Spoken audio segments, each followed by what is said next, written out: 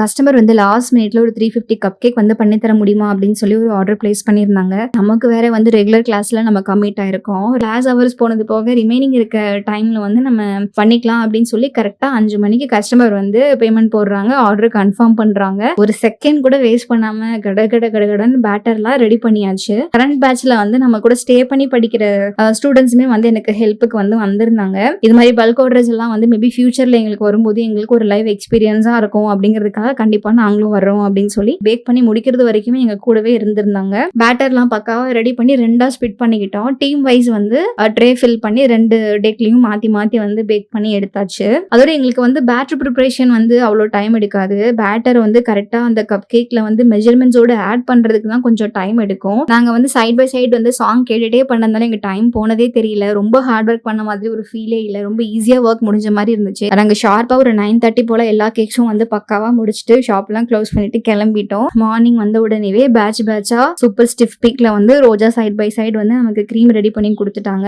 இதுல என்னோட main work just வந்து ராசர் டிசைன் மட்டும் போடணும், அவ்வளவுதான். அதுவும் 350 டைம்ஸ் வந்து போடணும். இப்ப கஸ்டமர் வந்து ஒரு 350 தான் ஆர்டர் போட்டிருக்காங்கன்னா ரொம்ப அக்யூரேட்டா 350 எல்லாம் பண்ண மாட்டோம். கூட எக்ஸ்ட்ராவே வந்து ஒரு 20 கப் கேக்ஸ் மாதிரி நாங்க பண்ணிருவோம். ஃபர்ஸ்ட் பேட்ச் போட்ட க்ரீம் வந்து கரெக்டா பாக்ஸ் எல்லாம் வைக்கும் போது க்ரீம் ஒன்னோட ஒன்று டச் ஆக வேணாம் அப்படிங்கிறதுக்காகவே ரொம்ப சின்ன சின்ன ராசெட்டா போட்டுட்டேன். அது பார்க்கும்போது மத்த பேட்சஸோட கம்பேர் பண்ணும்போது அது ரொம்ப சின்ன டிசைனா கம்மி க்ரீம் இருந்த மாதிரி இருந்தது. கம்ப்ளீட்டா அது எல்லாமே ரிமூவ் பண்ணிட்டு ஃப்ரம் ஃபர்ஸ்ட்ல இருந்து மறுபடியும் நீட்டா போட்டதுக்கு அப்புறம் லுக் வைஸ் நல்லா இருந்தது. இப்படி ஒன்னா பேட்ச் வைஸ் ரெடி பண்ண இந்த ட்ரே எல்லாமே எடுத்து அழகா நம்ம கூலர்ல செட் பண்ண வேண்டியதுதான். இதுக்கு முன்ன பண்ணிருந்த அந்த கப் கேக் வந்து நம்ம விசி கூலர்ல வச்சது போக ரிமைனிங் வந்து ஃப்ரிட்ஜ்லயும் வச்சிருந்தோம். பட் இந்த ஆர்டர்ல கரெக்டா நம்ம கூலர் ஃபில் ஆகுறது மாதிரி நல்லா நிறைஞ்ச மாதிரி பாக்குறதுக்கே ரொம்ப நல்லா இருந்தது.